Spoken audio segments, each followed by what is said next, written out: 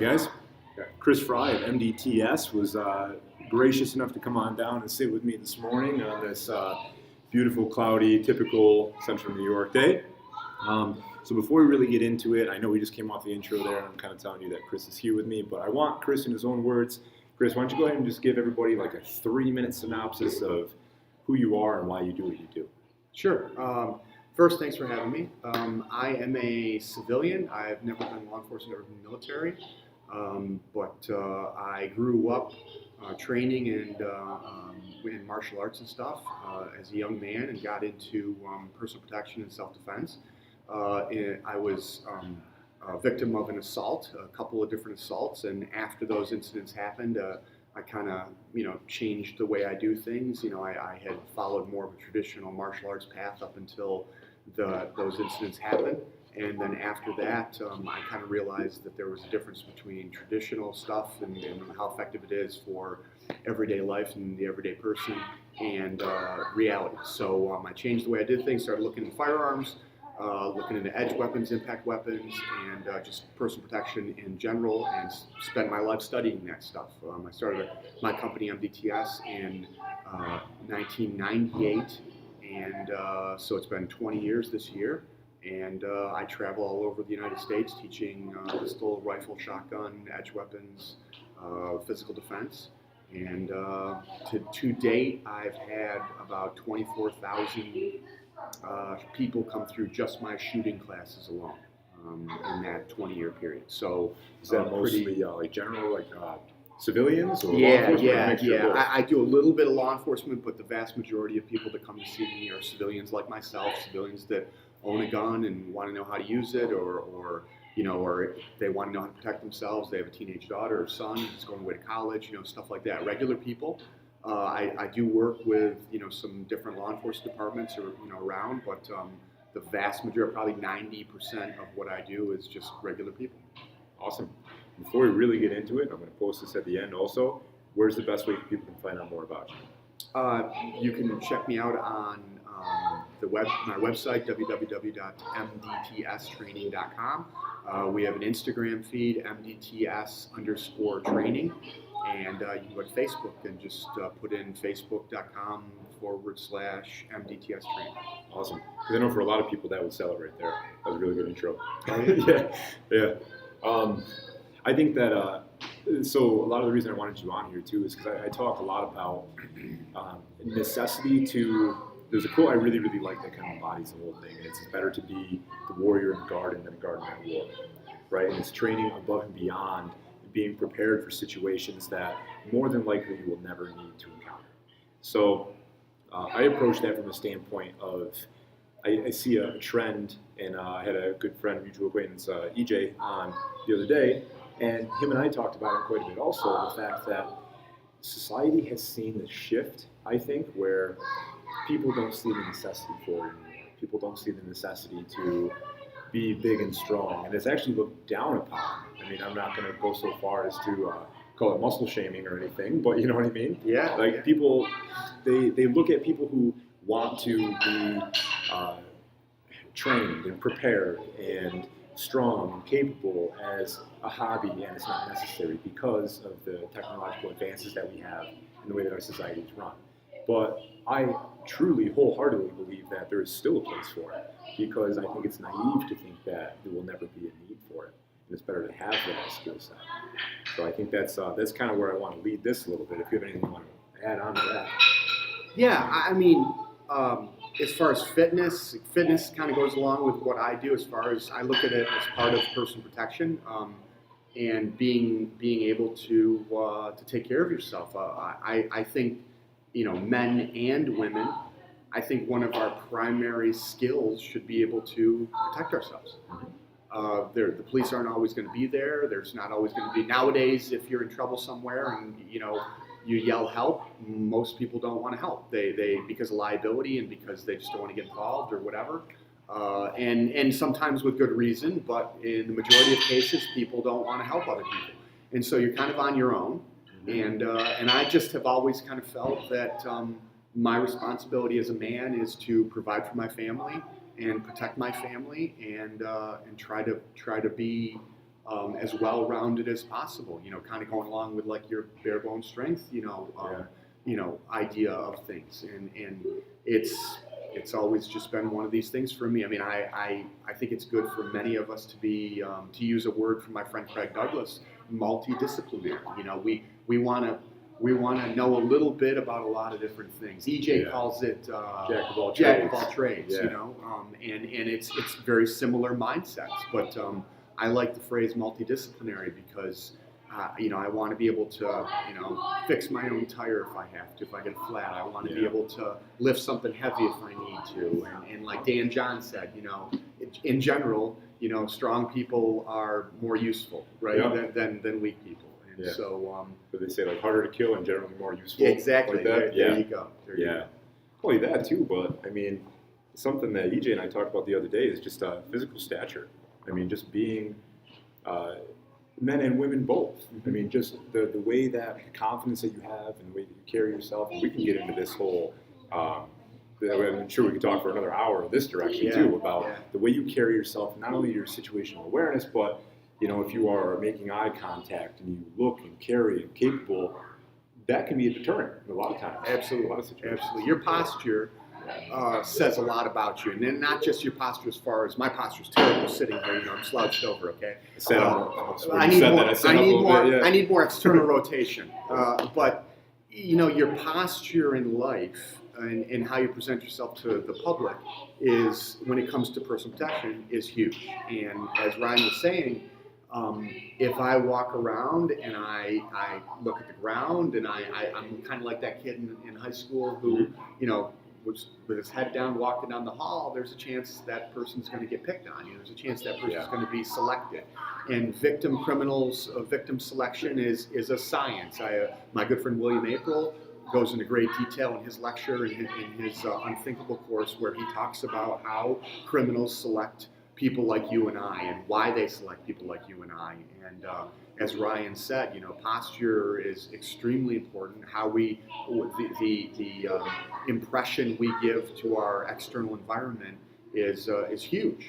And so, being strong, being semi-fit. You don't have to be a top level athlete, but looking like you are in shape. That posture is important. I mean, we look at gang culture, we look at tribal culture, and there's a reason for tattoos. There's a reason for certain things. I'm sure we all know somebody that looks at somebody with certain tattoos and goes, man, that guy's a badass. Why? Because he's got some artwork on him. In reality, that guy might be a complete pussy. Okay. Yeah. And I know several guys like that. You know what I mean? Yeah. But because of the tattooing, because of certain cultural trappings, they're looked at as being tougher. And so think about that. If someone automatically looks at somebody and says, man, the way that guy's dressed or girl's dressed and the tattoos and the cultural trappings that they present make them look a certain way, I'm going to avoid them. Is that good or bad? I don't know.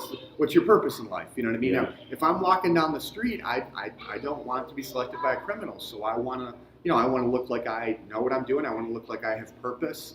I want to look like I'm semi-fit and that I'm going to be a challenge if somebody comes after me. So certain things like that. And then what I'm doing in public is important as well. The famous firearms trainer John Farnham uses a word. Gianna? Thank you. Uses a word called dithering, and dithering is when you're in public. Try not to be kind of like consumed with like your phone. Your bag. Don't have 9 bags of groceries when you're going to your car. Yeah. Don't look like you're not capable of protecting yourself, right? And that's huge. I think that's pretty important. I see that a lot when you're out in public. You're in a parking lot at a grocery store, and you look around at people, and you see people that just, if they were approached by the wrong person, they got a lot going on, right? And if you're approached by the wrong person, you have to be kind of present and kind of ready to, take care of yourself. Yeah. What do they call it? Relax but aware. You got it. Right? Is that? You got it. Yeah. I mean, you don't want to be. Yeah, listen, exactly. Aware. I don't walk around, worried that I mean, Yeah. we're all worried about ninjas, okay? But I Yeah. try not to. I try not to worry about them too much and look like I'm worried about them. But anything can happen anywhere at any time. So we don't get to choose when something bad happens to us. They get to choose that. Yeah. And so going back to the beginning of our conversation, part of this jack of all trades, part of this multidisciplinary lifestyle or way of thinking is I don't get to choose when, I don't get to choose where. So I need to have certain skill sets and a certain mindset to be prepared for that if I encounter it. I look at it kind of like car insurance. I don't buy car insurance because I plan on getting into a car accident. Right. I buy car insurance in case I get into a car accident. Mm-hmm. And same thing with my seatbelt. I wear a seatbelt in case I get into a car accident, right? Yeah. Not because I'm planning on it. So same thing with personal protection. I do certain things, I study certain things, I train in certain things in case bad things, occur to myself or my family when I'm with them. Yeah. Or friends. Or friends. Yeah. So what are a couple things, I know you had referenced a friend of yours that runs the, what's it called, Unthinkable? Yeah, Williams. Yep. What are a couple things, like actionable steps that you can give people right now? Just a couple things that they could, so they're not dithering, so they're not in a parking lot, and what are a couple ways that they could circumvent situations like that? Yeah, well, you actually kind of mentioned it. The big thing is the phone, is the cell phones. And I'm sure anybody watching this could go and sit out at a Starbucks or sit in the mall or wherever, and they could sit and literally count dozens of people walking by doing this and fixated on their phone. And that phone, these modern smartphones are criminals' favorite thing because people are fixated on the phone. They're not paying attention to their environment. They don't have their heads up. They're not aware. They're not using good environmental awareness, and they're easy targets. So number one, when you're out in public, try to avoid being on that phone. A couple phrases, one coined by my friend Craig Douglas is task fixation. When in public, try not to be task fixated, okay? Another common term that's being used today in personal protection circles is focus locked. Don't be so focus locked on something that you're, not aware of what's going on around you. What I try to tell people is there's three types of awareness. A lot of people just say, well, you got to be aware. Okay, well, what is awareness? Define that for me, and so I like to tell people there's three types of awareness. There's self-awareness, and self-awareness is me knowing that I can run a mile in, for me, 10 minutes, 9 You're gonna minutes. get there. I'm going to get there. Okay? Yeah. I'll get there eventually. Okay, but I know what I'm capable of physically. I can roll around the ground in jiu-jitsu class for 30 minutes and be tired, but not spent, right? I know that I can take a punch. I know that I can draw a gun. I know that I can do X, Y, or Z when it comes to personal protection or fitness, which are directly, relatable to someone attacking me, right?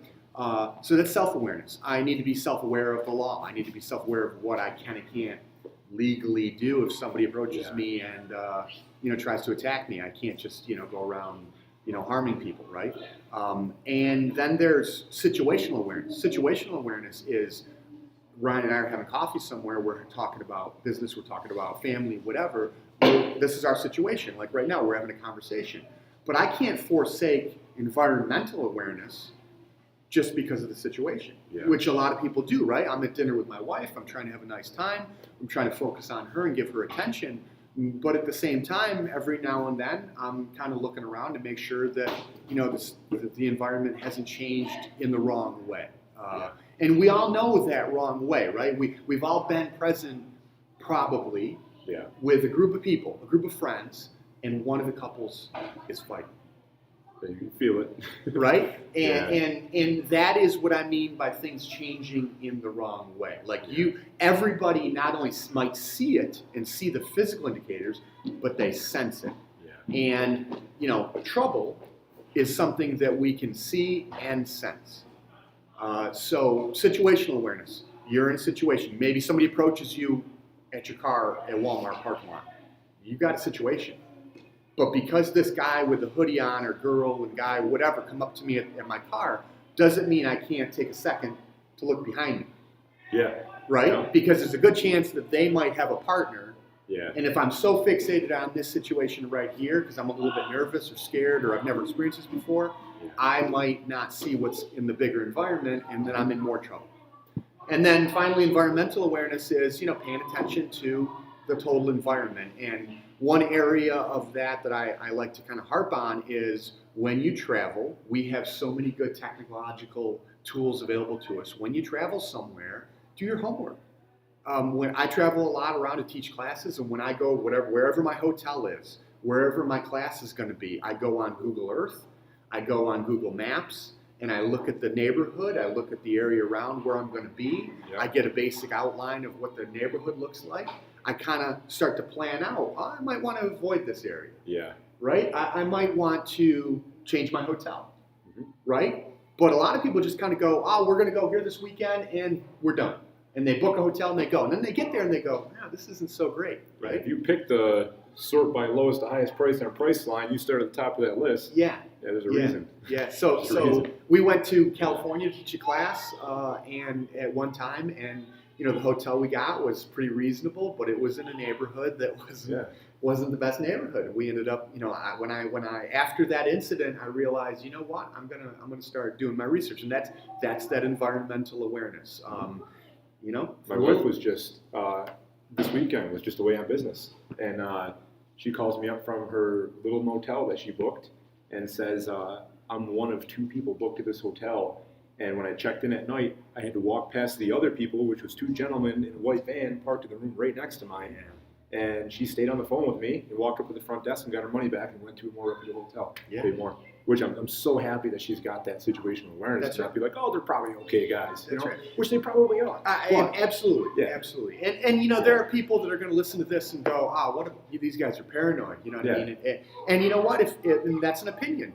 But I look at everything like, if this was my son or my wife, would I want them to? I'd rather spend a few extra dollars for them to be somewhere safer, or I'd rather teach them some of these little things that they don't. It doesn't have to consume their life, but they can be aware of and utilize a little bit at a time and be safer in life. And that's really what my the goal of my company is to try to reach out to people and again, I don't want anybody to experience some of the things that I've experienced. So if I can help out in some way, we'll try to. Great. So how about beyond situational awareness? You do a lot with firearms training, edge weapons, things like that. What if someone decides that, so someone listening says, hey, you know what, I get it, I'm working on my situational awareness, I would like to take it to the next level and have something on my person. I've never been into firearms. I have. Someone would say that, I've never been into firearms, never been into edge weapons, anything. What would be my first step? What am I looking for? Is there a specific course or piece of literature that you have that kind of leads people in a direction of, so you're thinking about a carry? So you're talking about like first steps before that, or you mean like an actual weapon of some sort? A weapon before, either way. So if someone says, hey, I want to feel more secure in my personal safety, and maybe do you suggest like a martial art? Do you suggest? That there the question changes a little bit. I don't automatically. There was a time, after some of the incidents that I had, that I thought weapons were the only way to go. Because having been, had trouble in certain, situations, I didn't ever want that to happen again. And so that's why I spent a lot of time studying different types of weapons, firearms, edge impact weapons, and whatnot. However, I think now with time and maturity and everything, I recommend to everybody that you go and do 6 months at a Brazilian Jiu-Jitsu school. Now, some people watching this might go, well, I like Taekwondo. I don't. That's fine too. Okay. I personally recommend Brazilian Jiu-Jitsu because of what is entailed in that martial art. Now, what do I mean by that? You look at Brazilian Jiu-Jitsu, and it is an oppositional-based martial art, meaning you learn skills, you learn techniques to protect yourself on the ground, some standing, okay, and then you actually test it. Like you actually wrestle with somebody, you roll with somebody, you're against another human being of all shapes and sizes. So one day I might go against somebody that's Ryan's size. The next day I might go against a 100-pound woman. And, that 100-pound woman has been studying, this stuff has been studying Brazilian Jiu-Jitsu or martial arts for 20 years. And I look at her and think, oh, I'm gonna crush this Judge person. that book by a cover, right? And I judge that wrong, right? Yeah. So that's the one thing about Brazilian Jiu-Jitsu versus other martial arts is it is an oppositional based martial art.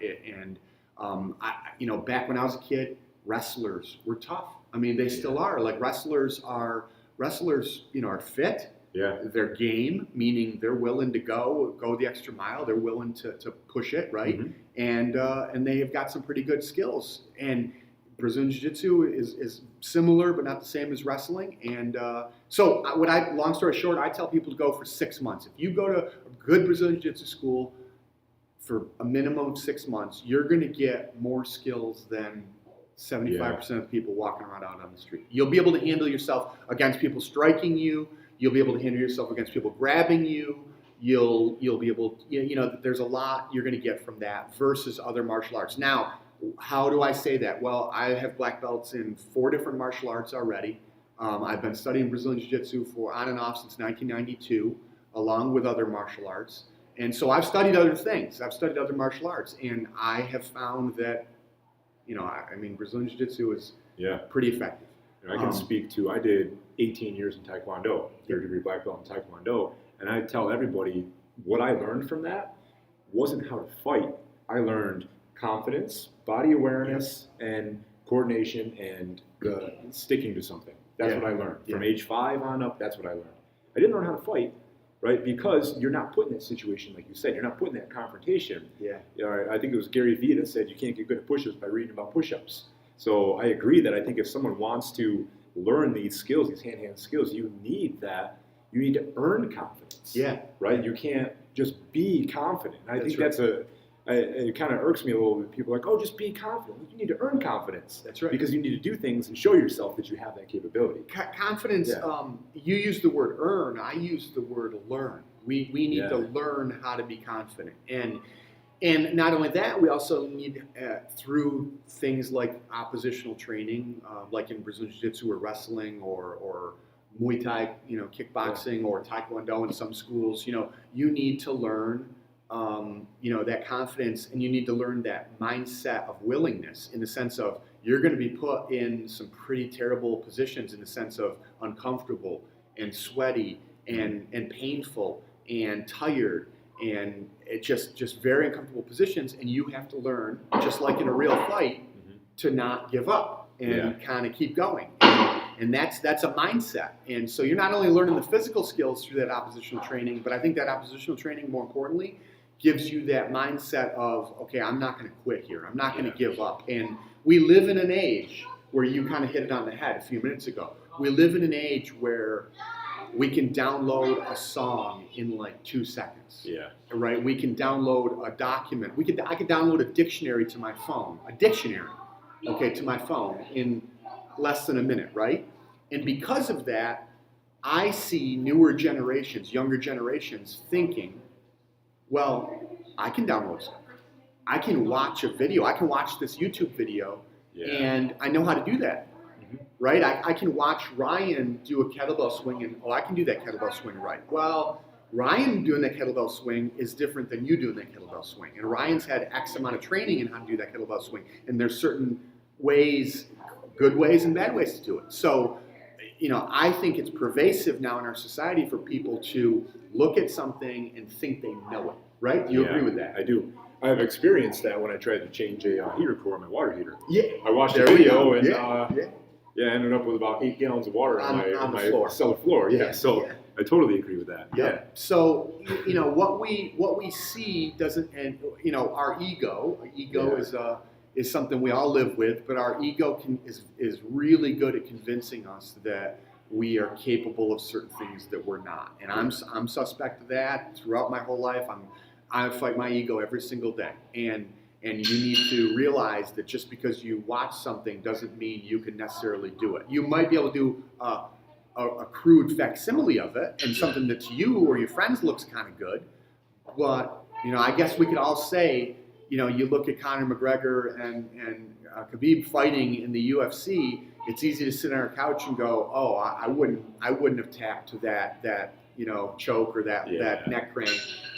But you weren't there. You weren't having that neck crank put on you. So that kind of thing. That, I think watching the video almost takes us from before the video, we weren't aware that we didn't know, right? And then that takes us to now we're aware of it, but we still don't know. Still don't know the intricacies. Yeah, and then we get to that point where like we know it, but we really have to think our way through it. And then we get to the point where it's, I think the word EJ used it also, was unconscious confidence. Yeah.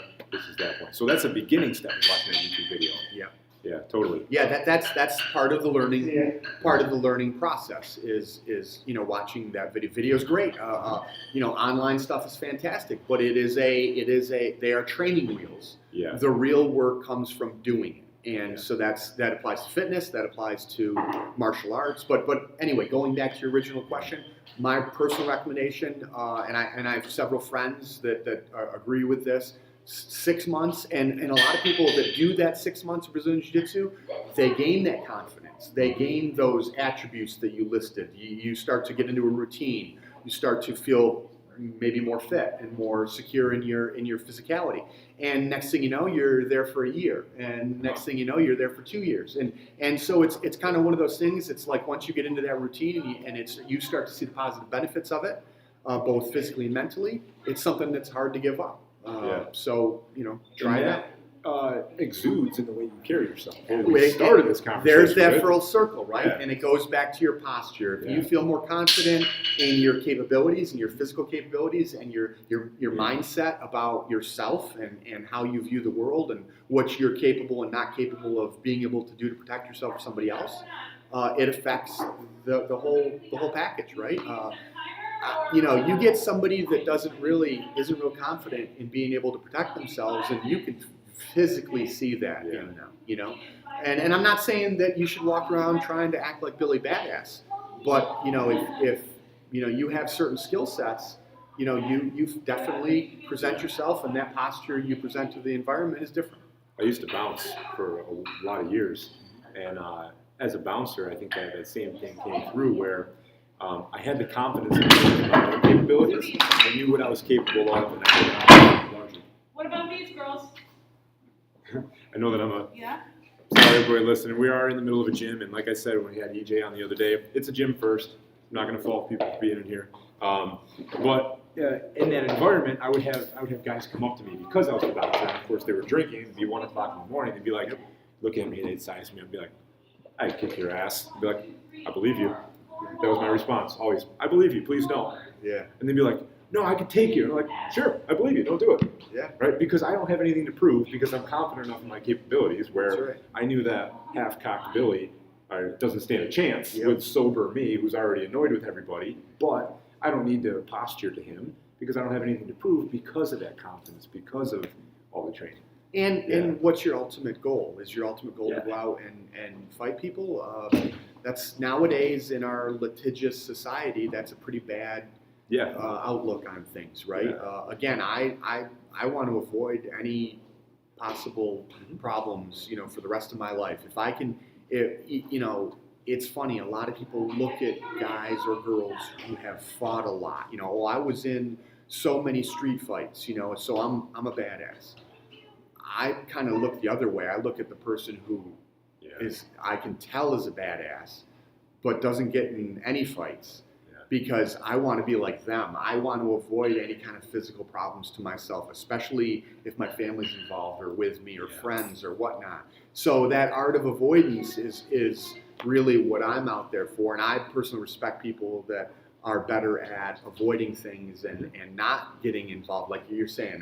That technique, technique that you use, I bet you could, kind of reversing that psychology on that person makes them stop a second and say, well, what's this guy? He's not puffing up. He's not, getting in my face now. And it kind of diffuses the whole situation. And that's what ultimately this is all about. I don't want to have to use these skills.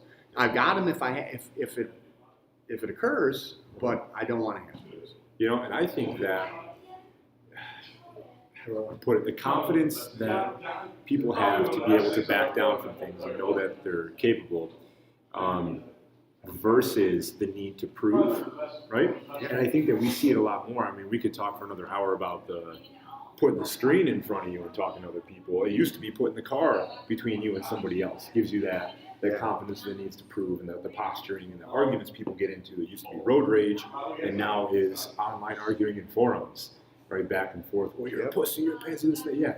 Like, man, you don't know somebody at all. You don't know what their day is about. You don't know, and I don't care if someone wants to go about for the rest of their day thinking they got the better of me in an online forum, fine, because my blood pressure hasn't gone up at all, right? Because you got nothing to prove. Yeah. Which, ego. Yeah, right? It totally. goes back to, like I said,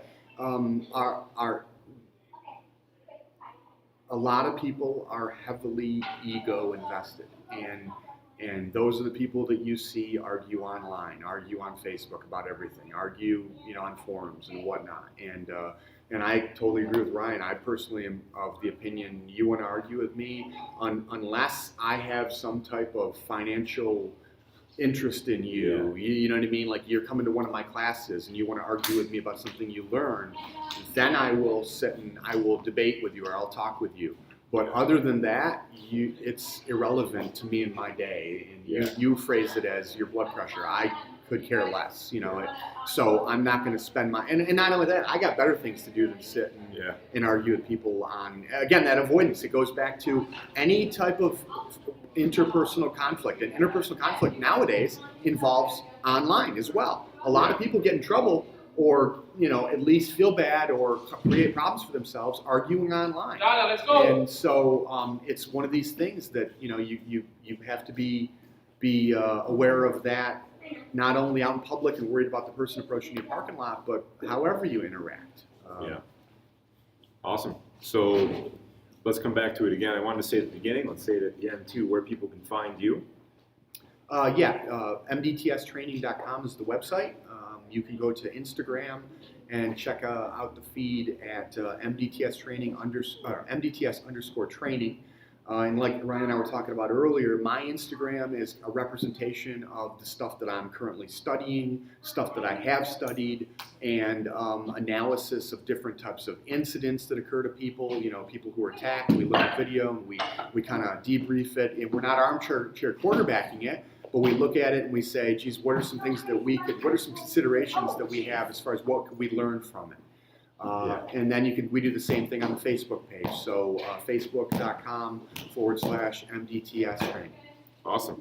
Yeah, so to leave people with a few things, we're working on situational awareness as far as yourself, your own confidence, your environment, and never focusing in on one thing too much, but staying relaxed about the process. Yep.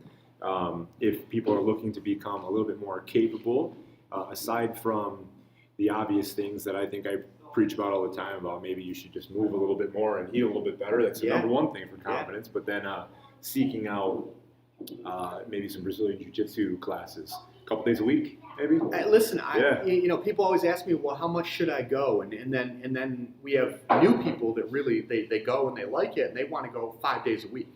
If you're young and you're fit, if you're somebody like Ryan, you could probably handle 5 days a week, maybe. Okay, because it's not, again, it's a new endeavor. So your body is adjusting to the new endeavor, okay? But not just that, it's an oppositional-based martial art. And so, and it's a martial art, meaning it's fighting. And so people are trying to armbar you, choke you, and do different things to you. It can be physically rigorous. So my recommendation to people is, if you're totally new to it, start off, go watch a class somewhere, check it out, join, ask if you can try out a couple classes first for like a week, and go slow, meaning go in there, have an open mind, don't try to kill other people, don't try to kill yourself, Going once a week is better than, to a martial art, is better than going no times a week, right? Now, some people argue, well, you're not going to get much from once a week. Well, you're no more after that one time that week than you did the week before. You're going to know new techniques. You're going to have gone against other people. Maybe your body can only handle that once a week, right? If you can handle, I personally follow twice a week. That's kind of like, I've tried 3, some rarely 4 times a week of it. And I just, at my age now, I just can't physically keep up with other things like working out and my job and stuff like that. So, Play the once long or game, twice a week, play the long game. Yeah, exactly. Yeah. That's a great way to look at it. Yeah. Consistency is key. The main thing is go every week. Yeah, be consistent. I think one last thought I want to leave it on is a quote that I really like, that I think that a lot of, especially males, I can only speak for males, I've only ever been a male, but So far, it is 2018, right? Yeah, you never know. Growing up, a lot of males I know have this fantasy about being the hero and being the, because we see it in movies and we see it all the time. But the quote that I really like is, we don't rise to the occasion, we fall to the level of our training, right? So I think that if we've got these fantasies about, like, when we're high schoolers, you fantasize about, hey, they're picking on the pretty girl, you step up, you get in a fight, you drop the kid. Well, if you've never thrown a punch, that's probably not going to happen, right? If you've never been in an oppositional training environment, that's probably not going to happen.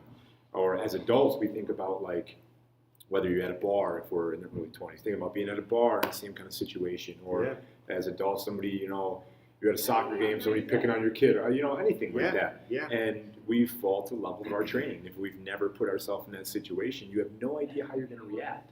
Was it Bruce Lee that alluded to the fact of how we learn about ourselves in opposition? I can't remember the exact quote, and I wish I'll have to look it up, but something along those lines, where a man learns about his true self when engaged in combat with another man. That's right. Yeah. That's exactly right. And it's like I said, you're going to learn that confidence, and it's something that we can't pay enough attention to.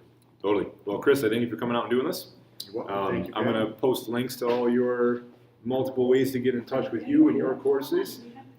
Keep in mind, guys, I know I got some listeners all over the country. Chris travels. He's got things going on, not just in New York. Keep an eye out for those. If you have questions, I'll put his email up there where you can find more information about him and reach out to him. And beware, keep your eyes out. Sweet. Thanks, Chris. Thank you.